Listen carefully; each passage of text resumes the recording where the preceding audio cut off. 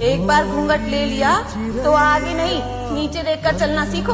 विदेश में लड़की लोग के साथ हजारों सालों से एक फ्रॉड चल रहा है। उसका नाम है भले घर की बहू बेटी। हमें शादी नहीं करना है, हमें खेती बाड़ी के बारे में पढ़ना है। खेती देखेगी तो चूल्हा चौकी कौन करेगा? पति तुम्हारा। अरे बेटा इतना क्या? बेटा नहीं हूँ मैं, बेटी हूँ। हम लड़कियों को काहे मौका नहीं देते हैं दादी?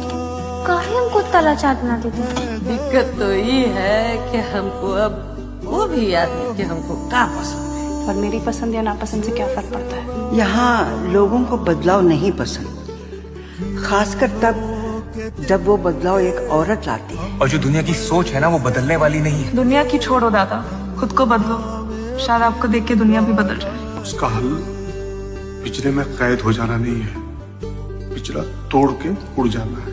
पर वो एक बार सीख लिए फिर कोई तुमको तकलीफ नहीं पहुंचा सकता। मैं कर सकती हूँ। भूख है तुम्हारी आंखों में? दुबे, ये लड़की बहुत दूर जाएगी।